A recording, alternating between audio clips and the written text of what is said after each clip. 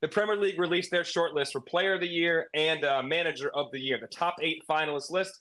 A panel of experts and the fan vote will determine who actually wins the award from the Premier League. Let's pop up those. You can see the 8 players that are listed there. Foden, Haaland, Odegaard, Rice, Isak, Watkins, Van Dijk, Palmer. Where's Rodri? There we go. Before we get into how we're going to rank them, some snubs here. Where's Rodri? Where's Bukayo Saka? Well, let's start with – go ahead with Rodri first. Just wax philosophical. That's insane to me. He's the third favorite to win the whole thing when you look at different books. He's not even on this list. Listen, I'm just going to tell you about this because I'm not going to bore Janusz with too many stats because everybody knows about Rodri. He's the best player in his position in the world, not just in the Premier League, in the world. There is not one more consistent example of a professional player in the Premier League than Rodri. He is ridiculous. And yes, Erling Haaland breaks records, goal-scoring records, but I do believe this. When Man City don't have Erling Haaland, they can win. When they don't have Rodri, I think that answer is less so. That's how big I see Rodri for Manchester City. The fact that he's not even considered for Player of the Season is ridiculous. You know how I feel about this. I mean, it's totally irresponsible. I love Premier League. I think it's the best league in the world, and just like you guys, we respect other leagues. We commentate on it. We watch it. I could make a case for La Liga and German Bundesliga and everybody else to be technically or tactically better, but we're not here for that. I don't respect how do I put this, guys? Not the English pundits, but majority of the people. I mean, seriously. I mean, it's irresponsible. It's irresponsible not to have him on that list. It's also irresponsible not to have Bukayo Saka on that list. Yep. I think it's absolutely crazy. Anything that we say from this point on, it's absolutely crazy because not to I could make a case for Rodri to be the, I've made it to be the player, the Ballon d'Or. It's just it's a solid argument. He is. He's that good. He is that good, and because we value the goal scorers and all of that, was the Cannavaro was the last one, Ballon d'Or, I think that, kind of defender. I don't even remember who was the last one. I think it was Cannavaro. So it's crazy. I understand it. I get it. But for them, listen, you're going to question our choices for the best player from the list was given. I can sense it through the camera here. Oh, I'm definitely going to sense it. Ollie Watkins is not up there just for you, my friend. I'm just leave the stream right now. So let's move on. But Rodri not. No, let's do it. Let's show those numbers, man. Yeah, let's go to what we all picked here. And yes, without Rodri and Saka on this list, I think it almost strains credibility. But let's go through our back 8 through 4. And I guess, Janusz, you can start because Ollie there at 7 is going to fire up our boy LME. Oh my God. It's not even for the benefit of the show because at first I thought that because because I knew like Lewis is going to go on and on and on. But since I did it, I could have, Sam, our producer, I was thinking about putting Watkins a little bit higher because I looked at it what I did this morning. I was like, no, that's not true, and it isn't. So I'm admitting fully that he shouldn't be this low. He should have been up there. I love you, man. And by the way, I'm going to let him go and make his case for the best player in the league because I suppose you could make that. Oh, by the way, we're talking Saka and De Bruyne is not on the list either, right? Which is crazy. It's crazy, but injured a lot, but yeah. It doesn't matter. I mean, if De Bruyne plays 3 games, he's still usually, the best there is. So that I just want to mention that. So people don't forget. It's worth a point. Okay. Yeah. Is there anybody? Let's get to the top here as we run lower on time. And LME, I'll let you make a defense for your top 4. I won't make you answer why Odegaard is 5, but we'll go ahead.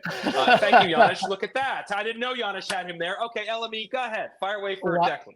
Well, first of all, I just want to say that I hate doing this before the end of the season, especially in a season that remains so tight. Second, these rankings for me are as of right now, tentative, because I have a big piece coming out next week on multiple awards, so I'm being tentative on it. But Declan Rice, to me, right, if Arsenal indeed win this Premier League title, he is one of the major, if not the main factor, and I'll tell you why. I've said for a long time, especially at the beginning of the season, that Arsenal needed a new version of Patrick Vieira.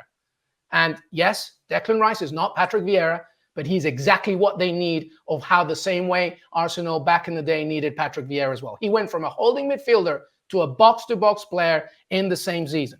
15 goal contributions, and here's the key. Not only does he contribute going forward, but 79 tackles, 43 interceptions, late match winners, and we talk about mentality, wanting it. He is exactly what Arsenal needed, and if Arsenal win the Premier League, there is no doubt in my mind, in my opinion, that he deserves it. He has been everything and then some, an absolute leader in every way. And Ollie Watkins, the most goal contributions in the Premier League out of anyone. So come on now, please, okay? Come on.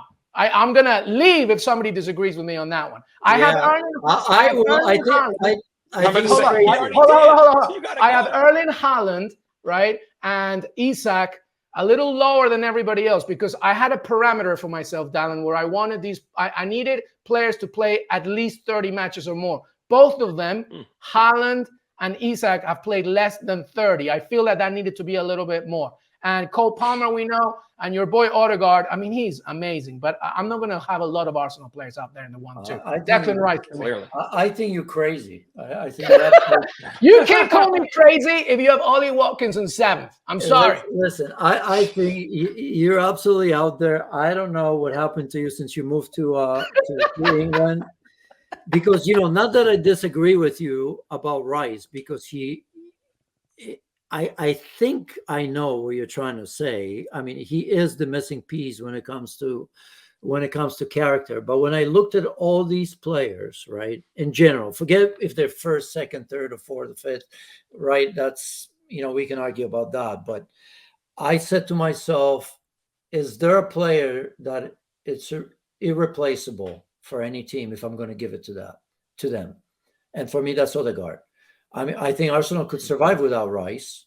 I'm not saying that they're going to be better, and I don't know how many games they would have won or lost without him. But I think without Odegaard, I mean, here's a player that we always knew about, right? We always thought about, his saga with Real Madrid. Just imagine Real Madrid having this version of Odegaard right now.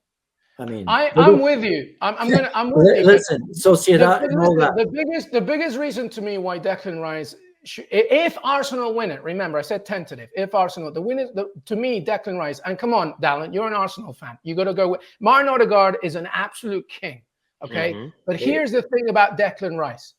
He has. Listen to me. I'm tuning out. Listen to me. I think it's very difficult in this game to be so potently dangerous going up, because he has done it. 15 goal contributions, match late winners, right? He's done that part. And then play 2 positions in the space of 1 season, from go to box to holding midfielder, and lead in his first season. I think he was the missing piece for Arsenal. If they win it, he will be a major factor. That's why he's my vote. I'm not shading on Martin Odegaard. I think Martin Odegaard is amazing, but he's not the Premier League player of the season for me, because they needed somebody like Declan Rice to win the whole thing. Without Odegaard, Bukayo Saka doesn't exist. The partnership between two of them, it's quite incredible. Without Declan Rice, none of it works. And who does the guys? I have to cut you off here real quick. I got to tell you this: to sit here and have you both argue about who's the player of the year, Rice or Odegaard, has just left me. I mean, this is kind of my head. You're loving it. So this has been great. Thank you very much. You're just on the beach, just like chilling and listening. Yeah, I was good. I was like, all right, this is great. Let's keep doing this. Hey, we got manager of the season as well, right? I know. I slided slightly with Odegaard purely because I do think the captaincy, some of the mentality stuff we talk about, I think does come from that dude and his assertions through this team for the last couple years. So I think it's very tough. All right, let's get I have Foden to try not to be biased for 2 freaking seconds, but I guess I should have just gone with my heart and my gut. But all right, I got anyway, let's go. Let's get to manager of the year quickly. They have 5 finalists. Here they are: Pep, Arteta, Klopp, Emery, Areola. Janusz, give us your first. LME, give us yours. Go ahead, fellas. You go for. Oh, there you go. Thank you for that graphic, because I forgot who I picked. There you go. That's what. Look, we're picking today. The manager of the year always that will never change for me. It goes to the manager that wins the league, right? Yeah. So I just want to make sure that I put an asterisk around that. If just in case if Manchester City wins it, then Pep Guardiola once again the ability to motivate the team, the ability to win now four straight now, which is obviously it would be done for the first time in history of the Premier League. But I'm giving it to Arteta because he said it, process and progress. I laughed at it. Most people laughed at it because that's the normal thing that people say.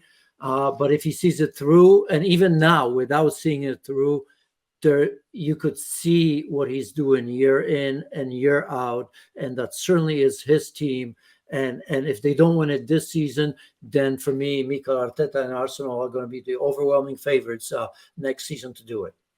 Yeah, I'm waiting. Just like Janusz said, I'm waiting till the end of the season. That's why I've got Arteta/Emery. But Dallin, well done on having Unai Emery, by the way, who in his first full season is about to get Champions League football for Aston Villa. By the way, in a squad that had 3 ACLs, at no point in the entire season did Aston Villa have at least a full squad with 3 key players not out. It's been the case the entire time. But Mikel Arteta, I totally agree with Janusz. I want to wait till they win the Premier League. Hopefully for your sake, Dallin, they'll do it. And to me, that really will show how much. Hey, by the way, Guipúzcoa, the smallest province in Spain, right, has produced Unai Emery, right, Mikel Arteta, Iraola, Xabi Alonso. It's ridiculous. And then Pep Guardiola, Catalan. There's so many Spanish managers. I thought it'd be worth mentioning just Guipúzcoa, 3 managers in that manager of the season for the Premier League.